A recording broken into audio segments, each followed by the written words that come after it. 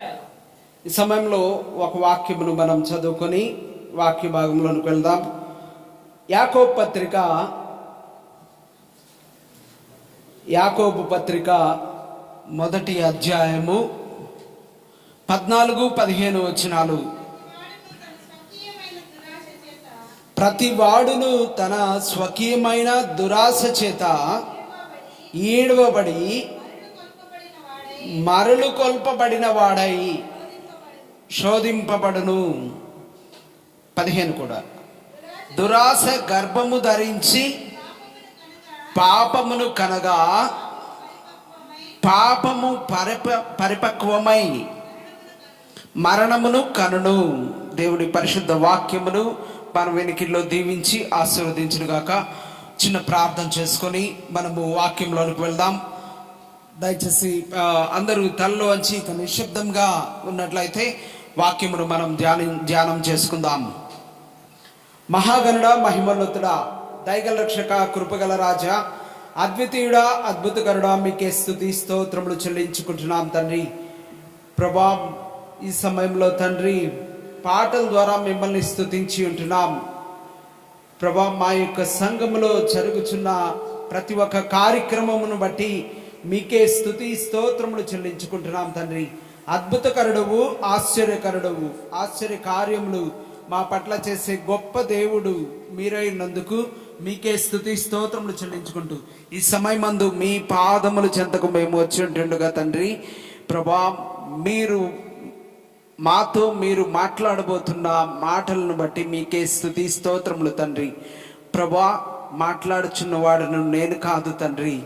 ప్రభా, అయోగ్యుడినైనటువంటి అల్పుడినైనటువంటి నన్ను మీ సిలువ చాటును మరుగుపరిచి మీ మెల్లడైన స్వరమును మాకు వినిపింప చేయమని వేడుకుంటూ మీకే కృతజ్ఞతాస్తుతులు చెల్లించుకుంటూ మీకే ఘనత, మహిమ, ప్రభావంలో ఆరోపించుకుంటూ ఈ ఆవరణం చుట్టూ మీ పరిశుద్ధ కంచెను వేయండి తండ్రి.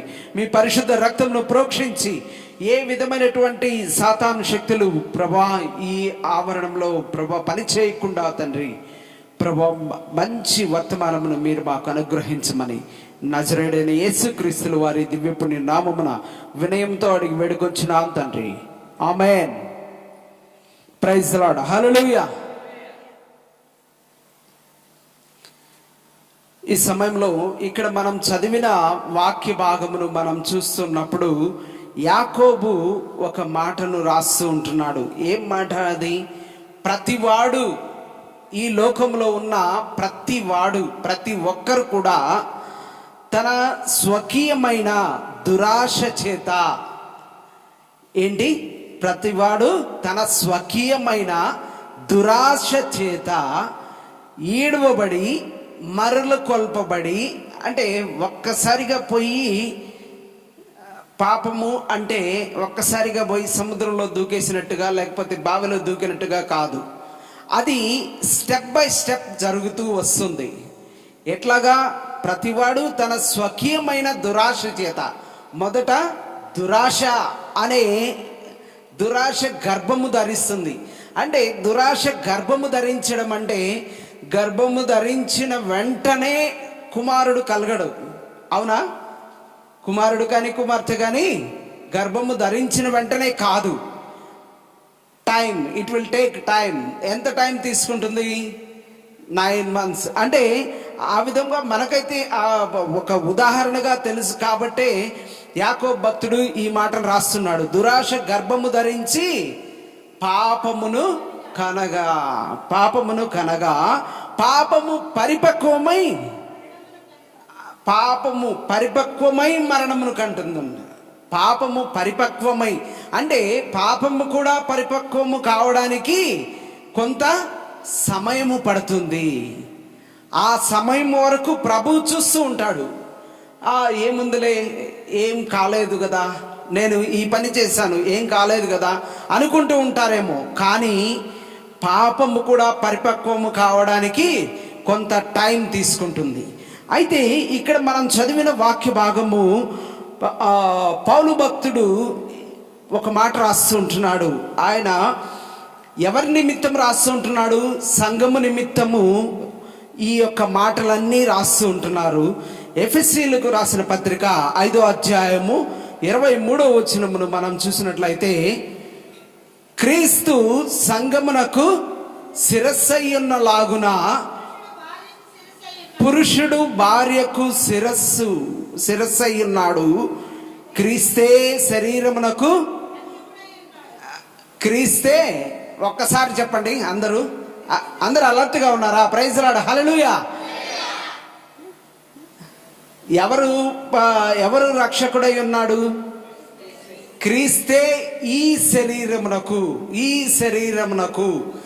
శరీరము? సంఘము అనే శరీరమునకు. సంఘమును శరీరముతో పోల్చి చెప్పాడు. సంఘము శరీరముగా ఉంటుండగా క్రీస్తు శిరస్సై ఉన్నాడు. అయితే సంఘమును గూర్చి వర్ణించిన విధము మనం చూసినప్పుడు మన టాపిక్లోనికి మనం వెళ్దాము. సంఘము ఏ రీతిగా వర్ణించబడిందంటే, పరమగీతములు 6వ అధ్యాయము 10వ వచనము మనం చూసినప్పుడు అక్కడ మంచి మాట తెలియజేస్తూ ఉంటున్నాడు.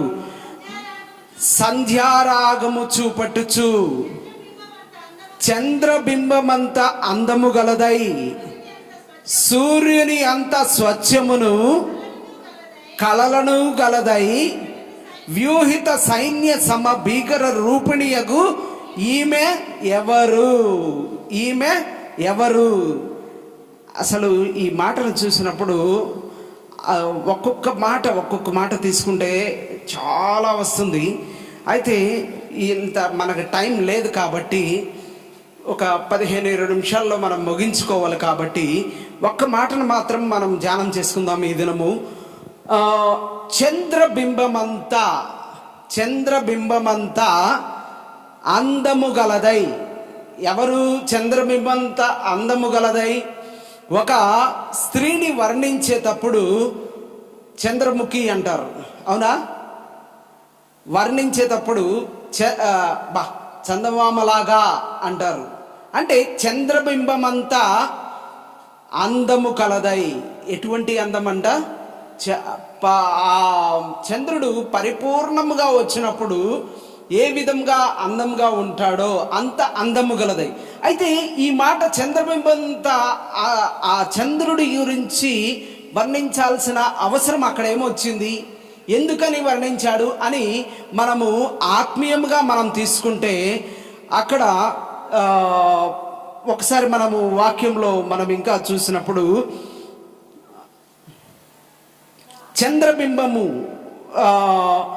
చంద్రుడు గురించి మనకందరికీ తెలుసు. చందమామ మనకందరికీ తెలుసు. అసలు దీనికంటే ముందుగా మనం చూసినప్పుడు స్త్రీని మొదటగా వర్ణించినది ఎవరు? ఆదాము వర్ణించాడు. నా ఎముకలలో, నా మాంసములో మాంసము, ఇది నరులలో నుండి తీయబడినది కనుక నారి అనబడును అని అక్కడ హవ్వను గూర్చి వర్ణిస్తాడు. అయితే ఈ దినమున దానిని ఏ విధంగా చేసేసారంటే, ఒకవేళ మనం అనుకుంటే బయట మనం చూసినప్పుడు ఎవరు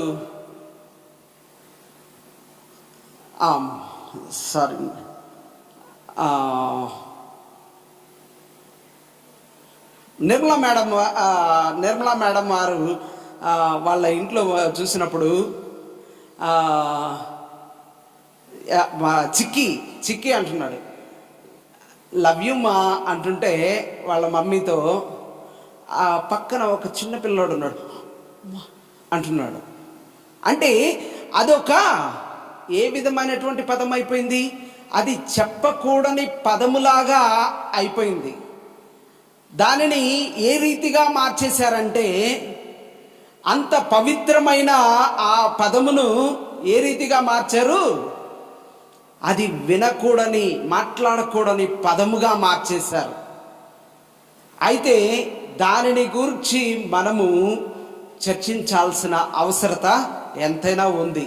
ఎందుకంటే అది దానిలోని పవిత్రతను మనము తెలుసుకోవలసిన అవసరము ఎంతైనా ఉంది.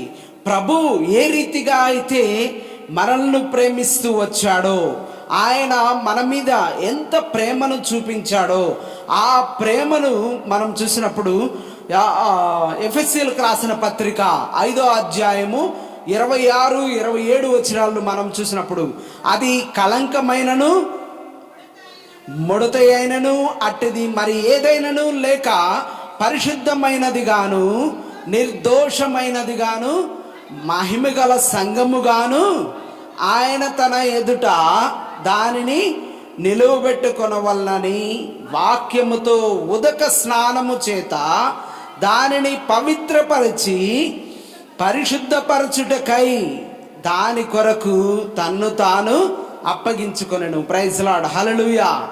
అది అంతటి పవిత్రమైన వాక్యముతో మనము ఏ విధంగా చేయాలి? మనకు కావచ్చు, మన బిడ్డలకు కావచ్చు, మనము బోధించవలసిన విధము ఏంటి? దాంట్లో అది మనము మాట్లాడవలసిన విధము, మనం ఉండే విధము, ఇవన్నీ కూడా వారికి నేర్పించాల్సిన అవసరత ఎంతైనా ఉంది. అయితే ఇక్కడ మనం చూసినప్పుడు ఈ యొక్క పరమగీతముల గ్రంథం అంతా కూడా, పరమగీతములు మనం చూసినప్పుడు వర్ణించడము, ఇది పోయం అంటారు. పోయం, ఇది పోయిట్రీ అంటే పద్యభాగము. ఇది వద్దని కొంతమంది, కావాలని అవసరము, దీనిలోని ఆత్మీయ అర్థము ఎంతైనా ఉందని కొంతమంది, ఇది బైబిల్లో ఉండకూడదని కొంతమంది, అనేక విధాలుగా తర్జనలు పడిన తర్వాత దానిని పరిశుద్ధ గ్రంథంలో చేర్చారు. అయితే దీనిలోని ఆత్మీయ అర్థమును మనం చూసినప్పుడు నేను ఒక కథ చెప్తాను. చెప్పిన తర్వాత దానికి దీనికి ఉండే సంబంధము ఏమిటి అది మీరు చెప్పాలి. దాంట్లోని క్వశ్చన్ నేను అడుగుతాను, దానికి దీనికి ఉండే సంబంధం ఏంటి అనేది మీరు చెప్పగలిగినప్పుడు మీకు ప్రైజ్ గిఫ్ట్ ఉంటుంది. నేను ఒక కథ చెప్తాను, జాగ్రత్తగా ఆలకించండి. ఆ కథలోని మర్మం ఏంటి అనేది మీరు గ్రహించి దానికి దీనికి, ఈ పరమగీతములకు దానికి ఉండే ఆ యొక్క, లేకపోతే సంగమునకు ఏంటి, దానికి దీనికి సంబంధం ఏంటి అని మీరు చెప్పగలిగినప్పుడు మీకు ప్రైజ్ గిఫ్ట్, మంచి ప్రైజ్ గిఫ్ట్ అనేది ఉంటుంది. ప్రైజ్ అంటే మనీ ప్రైజే ఉంటుంది. నేను కథ చెప్తాను. అనగనగా ఒక రాజు ఉన్నాడు. అంటే ఇది అనగనగా అన్నారంటే అది జరిగినది కాదు, కాకపోతే ఇది ఊహించిన కథ. అయితే రాజు ఉన్నాడు. ఆ రాజు మంచిగా పరిపాలన చేస్తున్నాడు. రాజుకి మంచి కుమారుడు ఉన్నాడు. ఆ కుమారుడు పెండ్లి వయసుకు వచ్చి ఉన్నాడు. పెండ్లి వయసుకు వచ్చి ఉన్నప్పుడు ఆ కుమారుడు, రాజకుమారుడు వచ్చి వారి తండ్రి గారితో చెప్తూ ఉన్నాడు, నానా నాకు పెండ్లి చెయ్యి. ఆ రాజకుమారునికి పెండ్లి వయసు వచ్చింది కాబట్టి నానా నాకు పెండ్లి చెయ్యి అని చెప్పినప్పుడు రాజు అడుగుతాడు, ఎవరు అమ్మాయి ఎవరు అడిగినప్పుడు ఏమో తెలియదు అంటాడు. తెలియదు అన్నప్పుడు సరే అమ్మాయి తెలియదా, మనము అట్లాగా ఉండకూడదు, మనము రాజులము, మన హోదాకి తగిన విధంగా మనము చూసి మనము చేసుకోవాలి. కాబట్టి ఎక్కడ ఏ రాజ్యానికి చెందిన అమ్మాయి, ఏ రాజు యొక్క కుమార్తె ఆ అమ్మాయి అని అడిగినప్పుడు మరలా రాజకుమారుడు అంటాడు ఏమో తెలియదు అంటాడు. ఇంకా రాజుకి చాలా కోపం వచ్చేస్తుంది. రాజు ఇంకా ఉగ్ర రూపం దాల్చి అసలు ఏం పేరు ఆ అమ్మాయి పేరు అని అడిగినప్పుడు ఏమో తెలియదు అంటాడు. తెలియదా? ఇంకా బాగా కోపం వచ్చేస్తుంది రాజుకి. పేరు తెలియదు, రాజ్యము ఏం చేస్తారో తెలియదు, ఎక్కడ ఉంటారో తెలియదు, ఎవరు అనేది తెలుసుకోకుండా నువ్వు ఈ విధంగా వచ్చి పెళ్లి చేయమని చెప్పి అడుగుతున్నావు. ఇంతకీ ఎక్కడ చూసావు నువ్వు అమ్మాయిని అని అడిగినప్పుడు కలలో చూశాను అంటాడు. కలలో చూశాను అంటాడు. నువ్వు కలలో చూసిన అమ్మాయి ఎక్కడ దొరుకుతుంది, ఏం చేయాలి, నేనే విధంగా చేయాలి అని అడిగినప్పుడు, సరే నేను ఒక మంచి ఐడియా చెప్తాను, ఆ ప్రకారం చేయండి, మీకు ఆ అమ్మాయి దొరుకుతుంది అని ఆ కుమారుడే చెప్తాడు. నాకు ఆ కలలో వచ్చింది కాబట్టి ఆ అమ్మాయి యొక్క ఒక చిత్రపటాన్ని నేను గీసి తీసుకొస్తాను, దాన్ని చూపించి బట్టలను పంపిస్తే వారు పట్టుకొని వస్తారు, తీసుకొస్తారు. కాబట్టి దానిని చూసి మీరు నాకు ఆ అమ్మాయిని తీసుకొచ్చి పెళ్లి చేయొచ్చు అని చెప్పినప్పుడు సరే అలాగే అంటాడు. తండ్రి గారు సరే అలాగే అని సెలవిస్తాడు. ఇక రాజకుమారుడు పోయి ఆ చిత్రపటాన్ని గీసి ఒక 10 రోజుల తర్వాత ఆ చిత్రపటాన్ని తీసుకొచ్చి రాజు దగ్గర ఇస్తాడు. రాజు దగ్గర ఇచ్చిన తర్వాత ఆ రాజు భటులను పంపిస్తాడు. ఈ భటులు ఏంటి, ఏదో సామెత ఉంటుంది కదా, ఎంకి పెళ్ళి సుబ్బు సావుకు వచ్చిందని. అంటే ఇదే, ఈ అమ్మాయి ఎక్కడ ఉంటుందో తెలియదు, ఏం పేరో తెలియదు, ఏ ఊరో తెలియదు, ఈ అమ్మాయిని మేము ఎక్కడ ఎతకాలి, ఏం చేయాలి అని వాళ్ళు తలబట్టుకొని కూర్చుంటారు భటులు అంతా. అయితే దానిని తీసుకొని వెతకడానికి బయలుదేరి వెళ్ళి వారు మొత్తం రాజ్యాలన్నీ గాలిస్తూ ఉంటారు. అయితే ఒకానొక లోయలో చూసినప్పుడు ఆ లోయలో కింద ఒక చిన్న ఊరు కనిపిస్తుంది. అయితే ఆ ఊరిలోకి వీళ్ళు వెళ్ళినప్పుడు ఆ చిత్రపటానికి సరిపడా అమ్మాయి అక్కడ కనిపిస్తుంది. దీంట్లో ఉండేది ఎవరమ్మా అని ఆ అమ్మాయిని అడిగినప్పుడు, నేను లాగానే ఉన్నానే అంటే, నువ్వు లాగానే కాదు నువ్వే అని ఆ అమ్మాయిని తీసుకొచ్చి రాజు దగ్గర చూపించినప్పుడు రాజు కరెక్ట్, ఎగ్జాక్ట్గా మీరు తీసుకొచ్చారు అని చెప్పి ఆ అమ్మాయిని మాట్లాడి, ఇంకా రాజు తలుచుకుంటే దెబ్బలకు కొదువా అన్నట్టు రాజు ఎవరినైనా ఒప్పించి ఏమైనా చేయగల సామర్థ్యుడు కాబట్టి అక్కడ మాట్లాడి తన కుమారునికి ఇచ్చి పెళ్లి చేస్తాడు. అయితే ఈ కథకి ఈ యొక్క పరమగీతాలకి ఉండే సంబంధం ఏంటి? చెప్పిన వారికి మనీ ప్రైజ్ గిఫ్ట్.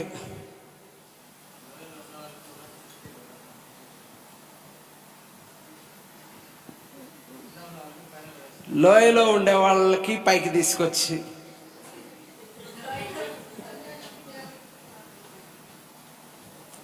సంఘానికి దేవునికి ఉండే సాదృశ్యం.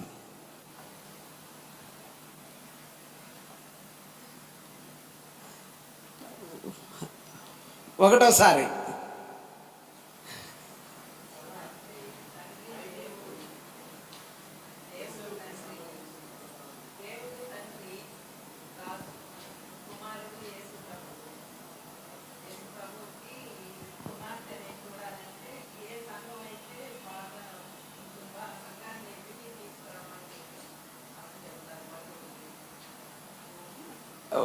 ఉంది కానీ ఇంకా కొంచెం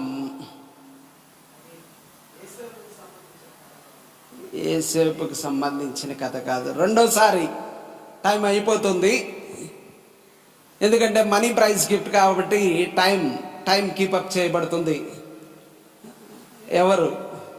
మూడోసారి నేనే చెప్తున్నారు, ఎందుకంటే మనీ ప్రైజ్ గిఫ్ట్ పెట్టారంటే దానికి దీనికి ఉండే సంబంధం చెప్పలేరు అని కన్ఫర్మ్ కాబట్టే నేను మనీ ప్రైజ్ గిఫ్ట్ పెట్టాను. మనీ ప్రైజ్ గిఫ్ట్ పెట్టడానికి నేనేమన్నా కాదులేండి, చెప్పగలగాలి, ఆ రీతిగానే ఉండాలి, ఆ రీతిగా మనం కూడా అందరూ తర్బీదు పొందాలని. అయితే ఈ అందులో ఆ కథలో చెప్పబడిన ఆ రాజకుమారుడు గీసిన చిత్రపటమే సంఘము. ఆ చిత్రపట వర్ణననే సంఘము. ఆ చిత్రపటము గీసిన రీతిగా పరమగీతములలో వర్ణించబడిన సంఘము. ఆమెను వర్ణించి ఆ పరమగీతములలో పెట్టి ఉన్నాడు. ఆ చిత్రపటమే పరమగీతములు. సొలొమోను మహారాజు ఒక చిత్రపటమును గీశాడు. ఆ చిత్రపటమే, ఆ వర్ణనే, ఆ పద్యభాగమే ఈ యొక్క పరమగీతములు. ఆ సంఘము ఆ రీతిగా చిత్రపటములాగా ఉండాలని యేసు ప్రభులు వారు కోరుకున్నాడు. ఏ రీతిగా ఉండాలని? తనను హత్తుకొని ఉండాలని, సంఘము తనను హత్తుకొని ఉండాలని. అయితే మనము సమయం అయిపోతుంది కాబట్టి ఈ యొక్క భాగంలో మనం చూసినప్పుడు, చదివిన భాగంలో చంద్రబింబమంత అందము గలదై, చంద్రబింబమంత అందము గలదై.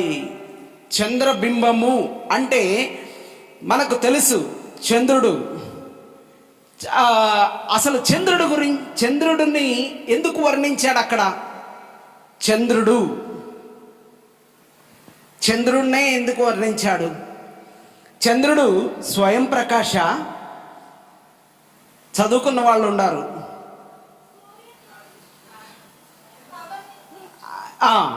చంద్రుడు స్వయం ప్రకాశ కాదు. సరే, చంద్రుడికి ఉండే అందము టెంపరవరీనా లేకపోతే పర్మనెంటా?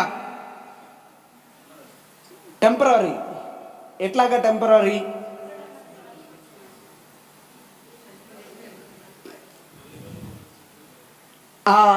ఇది 15 రోజులకు ఒకసారి ఏమొస్తుంది? పౌర్ణమి. పూర్ణంగా మొత్తం అంతా కూడా పౌర్ణమి 15 రోజులకు ఒకసారి టెంపరరీ. ఆ పౌర్ణమి రోజే కనిపిస్తుంది. ఆ తర్వాత సగం సగంగా తగ్గిపోతూ వస్తుంది. ఆ అందము చంద్రబింబంలోని అందము తగ్గిపోతూ వస్తూ ఉంది.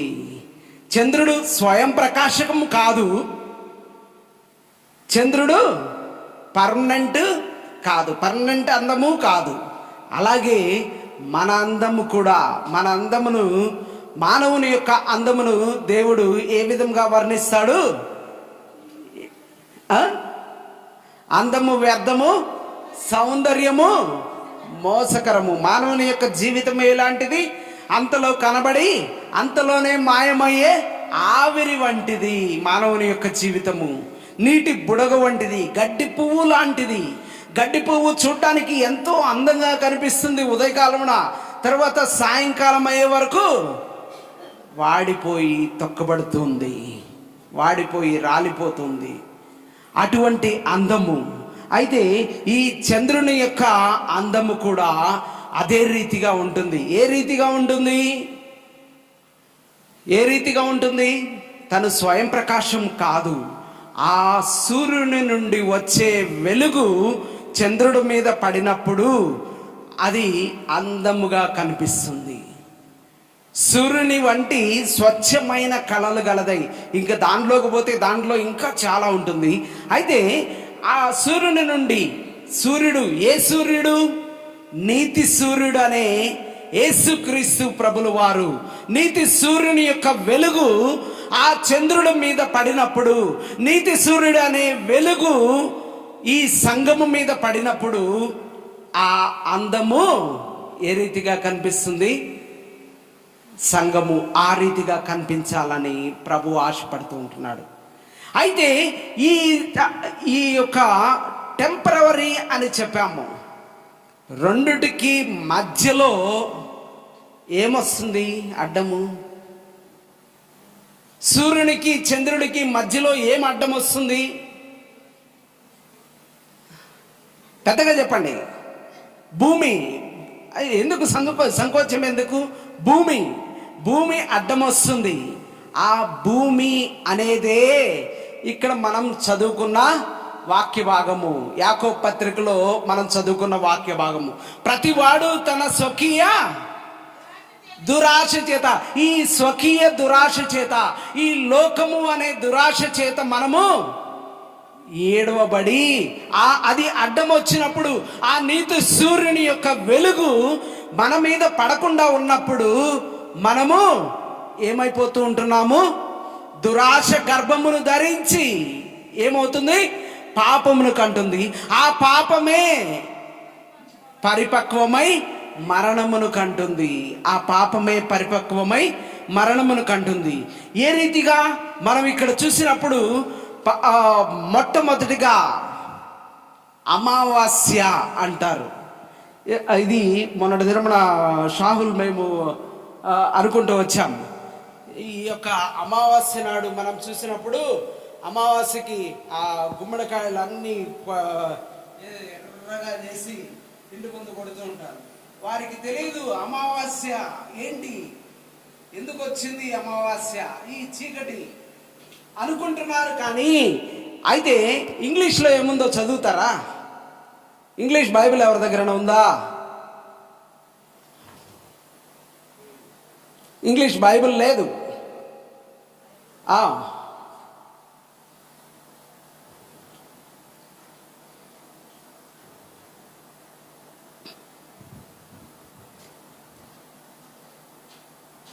అమావాస్యను గురించి ఏమి చెప్పబడిందో యెషయా గ్రంథము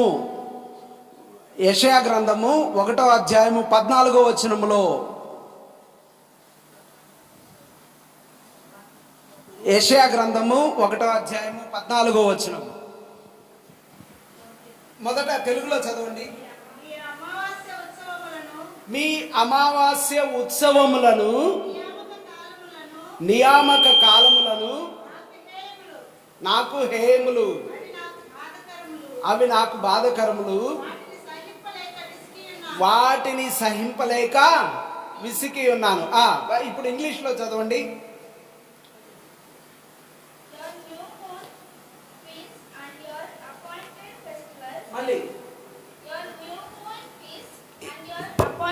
ఏంటి అమావాస్యను ఏమని రాయబడింది? New moon. అమావాస్య అంటే చీకటి కాదు, అప్పుడే ఆరంభము. అది ఆరంభము. అమావాస్య అంటే చీకటి కాదు, ఆరంభము. ఆరంభమునకు దినమది అంటే ఆరంభించే న్యూ మూన్, కొత్తగా చంద్రుడు ఏర్పడే ఆ యొక్క దినము. అంటే చంద్రుని యొక్క అందమునకు ఆరంభము ఆ దినము అని చెప్పుకోవచ్చు. New moon. న్యూ అంటే కొత్తది. ఆ కొత్త చంద్రునికి ఆరంభము. అమావాస్య రోజు ఆ పని చేయకూడదు, ఈ పని చేయకూడదు, ఇది అమావాస్య వెళ్ళిపోయిన తర్వాత చేసుకుందాం, ఈ విధంగా అనుకుంటూ ఉంటారు. కానీ న్యూ మూన్ అనే విషయమును వారు మర్చిపోతూ ఉన్నారు. అది అందమునకు ప్రభు ప్రారంభించే ఆ యొక్క సంకల్పమునకు ఆరంభము అనే విషయమును మర్చిపోతూ ఉన్నారు. ఆ విషయమును వారు గ్రహించలేక ఉన్నారు, తెలుసుకోలేక ఉన్నారు. అయితే ఇక్కడ మనం చూసినప్పుడు ఆ యొక్క చంద్రుడి యొక్క అందము ఎప్పటి నుండి ప్రారంభమవుతుంది? అమావాస్య నుండి ప్రారంభమవుతుంది. అందుకనే అమావాస్య నాడు ఏం చేయమంటున్నాడు ప్రభు? అమావాస్య నాడు ఏమి చేయమంటున్నాడు? ఉత్సవము. ఆ ప్రభు చెప్పిన మాటలు మనం చూసినప్పుడు అమావాస్య నాడు కొమ్ము ఊదుడి ఆ ఇజ్రాయేలీలతో చెప్తూ ఉంటున్నాడు. ఎందుకు? ప్రభు జయోత్సాహముతో మనల్ని దీవించబోతున్నందుకు. ప్రభు దీవెన ఆ దినమునే స్టార్ట్ అవుతుంది. ఆయన నీతి సూర్యుని యొక్క వెలుగు ఆ చంద్రుడి మీద, చంద్రుడు అనే సంగమం మీద పడబోతూ ఉన్నప్పుడు అప్పటి నుండి మనం ఇక జయోత్సాహంతో తగ్గిపోతూ ఉన్నప్పుడు కాదు, మనము తగ్గిపోతూ ఉన్నప్పుడు కాదు. ఇక్కడ మనం చూసినప్పుడు ప్రతివాడు తన స్వకీయమైన దురాశ చేత ఏడవబడి, ఎట్లాగా ఏడవబడుతూ ఉన్నారు? స్టెప్ బై స్టెప్ ఏడవబడుతూ ఉన్నారు. ఒక్కసారిగా పాపంలో పడిపోరు. కొంచెము సాతానుడు మొదట హవ్వ ఆదాములను మనం తీసుకున్నప్పుడు ప్రభు అక్కడ ఏదెను వనంలో పెట్టినప్పుడు ఆ పాము రూపంలో సాతానుడు అక్కడికి వెళ్ళి ఎవరిని పట్టుకున్నాడు? హవ్వను పట్టుకొని ఏం చేశాడు? మొట్టమొదటగా ఇది నిజమా? వచ్చిన వెంటనే సాతానుడు కోసి పండించేసి నోట్లో పెట్టి తినిపించేయలేదు. ఇది నిజమా, ఇది నిజమా అని అడిగాడు. కరెక్టే కదా, ఇక ఆలోచనలో పడిపోయింది. అందుకనే ఒక భక్తుడు ఏమంటాడంటే, ఇంగ్లీష్లో మంచి మాట ఉంది, మంచి ఒక చిన్న sentence. If you so a thought, if you so a thought, you reap an action. You reap an action. If you sow an action, you reap a habit. If you sow a habit, you reap a character. If you sow a character, you reap a destiny. You reap your destiny. ఏంటి? మొట్టమొదటిగా if you sow a thought, నీ ఆలోచన నాటినట్లయితే, నీ ఆలోచన నాటినట్లయితే ఆ ఆలోచన ఏంగా మారుతుంది? యాక్షన్లోకి వస్తుంది. అంటే క్రియరూపముగా మారుతుంది. ఆ క్రియను నువ్వు మరలా నాటినట్లయితే ఆ క్రియ దేనిగా మారుతుంది? అది అలవాటుగా మారుతుంది. హ్యాబిట్గా మారుతుంది, అలవాటుగా మారుతుంది. ఆ అలవాటు మరలా నువ్వు నాటినట్లయితే అది క్యారెక్టర్గా మారుతుంది. అది మన క్యారెక్టర్గా మారిపోతుంది. ఆ క్యారెక్టర్ను మరలా నాటినట్లయితే అది నువ్వు చేరవలసిన గమ్యానికి నిన్ను చేరుస్తుంది. ఆ ఆలోచనను సాతానుడు వేశాడు. ఆ బీజమును, ఆలోచన అనే బీజమును హవ్వ ఆ యొక్క మదిలో నాటాడు సాతానుడు నాటినప్పుడు అది పెరిగి పెద్దదై ఏమైంది? ఆ క్రియారూపంలోనికి వచ్చింది. అవును కదా, ఇది నిజం కాదు కదా అన్నట్లుగా ప్రభు చిన్న ఆలోచనే సాతానుడు మైండ్లో వేస్తాడు. అయితే ఆ హవ్వ ఏమనుకునింది? ఇది నిజమేనేమో. ఎక్కువగా స్త్రీలను గురించి ఇదే భక్తుడు, ఆయన రాబర్ట్ హెర్లిన్ ఆయన పేరు, ఆయన ఆ బుక్లో రాస్తాడు. ఇంకా చాలా చాలా చక్కగా రాస్తాడు. ఆ స్త్రీ ఏమని అక్కడ ఏం చెప్పిందంటే, సాతానుడు ముందు దేవుడి దగ్గర మాత్రము అబద్ధం చెప్తారంట, సాతానుడు ముందు నిజం చెప్తారంట. దేవుడి దగ్గర అబద్ధం చెప్పడము, సాతానుడి దగ్గర నిజం చెప్తూ ఉంటారు. ఆ విధముగా అయితే ఇక్కడ మనం చూసినప్పుడు సాతానుడి దగ్గర కరెక్టే, నిజమే. అయితే దీన్ని ఏం చేయాలి? హవ్వ ఏం చేసింది? తీసుకునింది పండు. సాతానుడు దేవుడైతే ఈ పండును తినద్దు అన్నాడు, కానీ కొయ్యొద్దని చెప్పాడా అని చేత్తో కోసింది. చూస్తూ ఉంది. దాన్ని చూస్తూ ఉన్నప్పుడు దేవుడైతే తినద్దన్నాడు, కానీ వాసన చూడొద్దన్నాడా? వాసన చూసింది. మంచి స్మెల్ వస్తూ ఉంది. అయితే దేవుడైతే తినద్దన్నాడు, కానీ కొరకద్దని చెప్పాడా? కొరికి ఊసి పడేద్దాం అనుకునింది. కానీ ఆ కొరికిన వెంటనే ఆ టేస్ట్, అంటే చూడండి, స్టెప్ బై స్టెప్ ఏ రీతిగా మానవుడు ఆ పాపములో పడిపోవడానికి వెళ్తూ ఉంటాడు. స్టెప్ బై స్టెప్ ప్రతివాడు తన స్వకీయ దురాశ చేత. ఏ స్వకీయ దురాశ? ఆ సాతానుడు నాటిన స్వకీయ దురాశ చేత. నిజముగా దేవుడు ఈ మాట చెప్పాడా? మీరు ఏమైపోతారని? చచ్చిపోతారని చెప్పాడా? చావనే చావరు. మీరు ఇంకా మంచి జ్ఞానము మీకు కలుగుద్ది అని సాతానుడు వేసిన ఆ బీజము ఎక్కడికి తీసుకువెళ్ళింది? ఆ పాపములోనికి, మరణములోనికి నెట్టివే స్టెప్ బై స్టెప్. తర్వాత అక్కడ జరిగిన విషయం ఏందో మనకు తెలుసు. మొట్టమొదటిగా దేవుడు వచ్చాడు. ఆ దినమున సాయంకాలం, ప్రతి దినము వస్తున్నట్టుగానే ఆ రోజు సాయంత్రం కూడా వచ్చాడు. ఆ పండు తినిన తరువాత హవ్వ ఏం చేసి ఉంటుంది ఒక్కసారి ఆలోచించండి. ఆ ఇంకొక రెండు పండ్లు తీసుకొని హవ్వ ఎవరి దగ్గర తీసుకెళ్ళింది? ఆదాము దగ్గరికి తీసుకువెళ్ళి ఆదాముకి ఇచ్చినప్పుడు ఆదాముకి చెమటలు పట్టేసినాయి. ఎక్కడి నుండి తీసుకొచ్చావు ఈ పండ్లు? అదే ఆ మంచి చెట్లు, ఆ చెట్టు ఫలములు కోసి తీసుకొచ్చాను. అయితే ఆ ఫలములు చూసినప్పుడు ఆదాము, దేవుడు తినద్దన్నాడు కదా. ఇక వారిద్దరి మధ్య డిస్కషన్ జరిగి ఉంటుంది. అదంతా చెప్పాలంటే ఇంకా మరలా టైం అయిపోతుంది. నేను తిన్నాను కదా, నేను తింటే అంటే దేవుడు చచ్చిపోతాడని చెప్పాడు కదా దేవుడు. అంటే నేను చచ్చిపోతే నువ్వు బతికుండాలనా అని అడుగుండొచ్చు హవ్వ.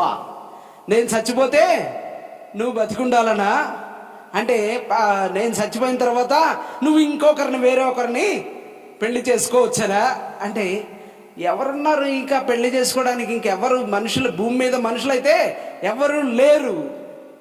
అయితే హవ్వ అని ఉండొచ్చు, నువ్వు అప్పుడు పాడావు కదా పాట, నా ఎముకలలో ఎముక, నా మాంసంలో మాంసం. ఇంకొక ఎముకను తీస్తాడు ప్రభు, ఇంకొక స్త్రీని చేస్తాడు, అప్పుడు పెళ్లి చేసుకోవచ్చు కదా అని అనుండొచ్చు. అయితే ఇక ఎముకలన్నీ ఆ రీతిగానే లాగేస్తూ ఉంటే ఇంకా నాలో ఏం మిగులుతాయి అని ఆదాము వారిద్దరి మధ్యలో ఆ డిస్కషన్ జరిగి ఉండొచ్చు. అయితే అక్కడ ఆదాము ఇక ఎందుకులే అని వారు తిరేసి వారు ఏం చేశారు? ప్రభు వచ్చే లోపల చెట్లు చాటున దాక్కొని వారు ఆకులు చుట్టుకొని ఉన్నారు. వారు సిగ్గు తెలిసి ఆకులు చుట్టుకొని ఉన్నప్పుడు అక్కడ ప్రభు వచ్చిన సంగతి మనకు తెలుసు. మొట్టమొదటి కోర్టు అక్కడే, మొట్టమొదటి జడ్జిమెంట్ అక్కడే ఇవ్వబడింది. ఏదెను వనంలోనే జడ్జిగా దేవుడు అక్కడ కూర్చొని ఉన్నాడు. దోషులుగా ముగ్గురు నిలువబెట్టబడ్డారు. ఏ ముగ్గురు? ఆదాము, హవ్వ, సాతాను. మొదట ఆదామును అడిగాడు, ఏమోయ్యా నాకు తెలియదు, నువ్వు నాకు ఇచ్చిన స్త్రీ ఆ హవ్వ తీసుకొని నాకు ఇచ్చింది. తర్వాత హవ్వను అడిగాడు, ఏం హవ్వ ఏం చేసావు? ఇదిగో నాకు తెలియదయ్యా, ఇదిగో పాము. ఏం పాము నువ్వు ఏం చేసావు అని అడిగితే, ఏం లేదయ్యా, కొత్తగా పరిచర్య స్టార్ట్ చేశాను, 2 ఆత్మలు సంపాదిద్దామని. ఏం ఆత్మలు సంపాదించాలని? దురాత్మలు సంపాదించాలని. ఇదిగో నేను ఈ పని చేశాను. నేను కొత్తగా మినిస్ట్రీ స్టార్ట్ చేశాను, ఈ మినిస్ట్రీలో 2 ఆత్మలు సంపాదిద్దామని. ఏ రీతిగా? నా ఖాతాలో వేసుకుందామని, వారిని నాతో పాటుగా నరకంలోనికి తీసుకువెళ్ళడానికి, వారిని సిద్ధపరచడానికి నేను ఆ విధంగా చేశాను. అయితే అక్కడ మనం చూసినప్పుడు నిజంగా అక్కడ దేవుడు మనకు స్టెప్ బై స్టెప్ జరుగుతూ వెళ్తూ వచ్చింది. పాపము ఏ రీతిగా మరణమునకు నడిపిస్తుంది అనేది మొట్టమొదటిగా యాకోబు భక్తుడు ఎంత గొప్పగా వర్ణించాడో. ప్రతివాడు తన స్వకీయ దురాశ చేత, దురాశ ఇప్పుడు నేను చెప్పిన రీతిగా, if you so a thought, మొదట నీ ఆలోచన పుడుతుంది. ఆ ఆలోచనను నువ్వు నాటినప్పుడు అది క్రియరూపముగా అది వస్తుంది. ఆ క్రియను నువ్వు మరలా తిరిగి నాటినప్పుడు క్రియ ఏం చేస్తుంది? హ్యాబిట్ గా మారుతుంది. If you reap a habit, you reap a habit. If you sow a habit, you reap a character. అది క్యారెక్టర్గా మారుతుంది, మన క్యారెక్టర్గా మారుతుంది. ఆ క్యారెక్టర్ని మరలా మనము నాటినప్పుడు మన డెస్టినీ ఏ డెస్టినీ? మరణమునకు. అయితే ఇక్కడ చంద్రబింబం అంతా అందము గలదై అంటున్నాడు.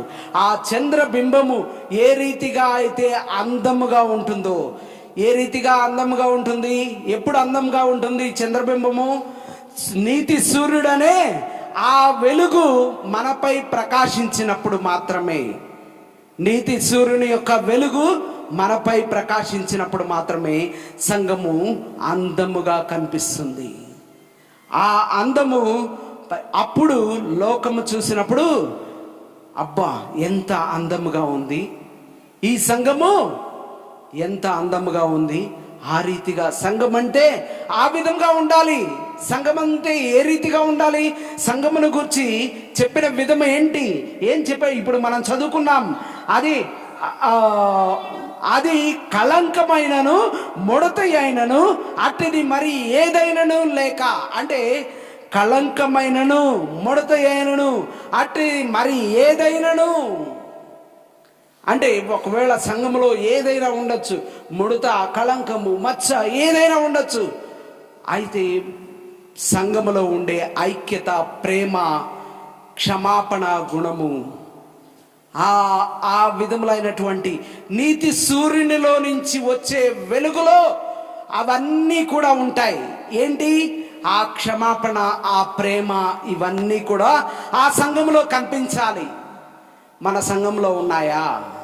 సంఘం అంటే ఎవరో కాదు, సంఘం అంటే ఎవరో ఎక్కడో కాదు, లేకపోతే ఈ 4 గోడలు కాదు సంఘము అంటే నువ్వు నేను మనలో ఉన్నాయా?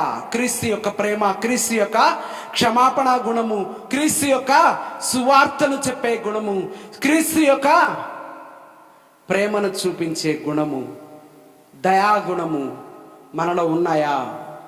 ప్రభు ఈ దినమున మనల్ని అడుగుతూ ఉంటున్నాడు. చంద్రబింబము అంతా అందము గలదై, సూర్యుని అంతా స్వచ్ఛమైన కళలు గలదై.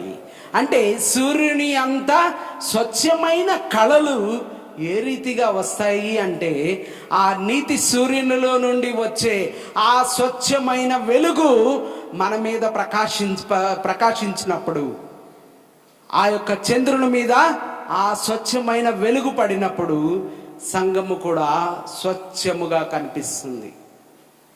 అటువంటి స్వచ్ఛమైన స్వభావమును కలిగి మనము సంఘములో ఉన్నట్లయితే, సంఘములో ఏ రీతిగా ఉండొచ్చు? ఒకవేళ ఏదైనా ఉండొచ్చు.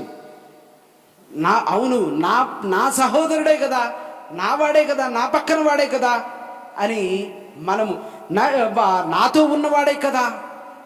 కాబట్టి మనము ఏం చేయాలి? ఒకరిని ఒకరు క్షమించుకోవడం, ఒకరి మీద ఒకరు ప్రేమను చూపించడం, మన స్వకీయ దురాశను వదిలిపెట్టి, స్వకీయ దురాశను ఎప్పుడైతే విడిచిపెడతామో, దురాశ చేత ఈడవబడకుండా మనము విడిచిపెట్టబడినప్పుడు మనము ఏమవుతాము? మనము చంద్రునిలాగా ప్రకాశిస్తాము. చంద్రుని ఎంత అందముగా మనము ప్రకాశించగలము. ప్రార్థన చేసుకుందాం. ప్రభు ప్రార్థించాలని మనం చేస్తుంటాం.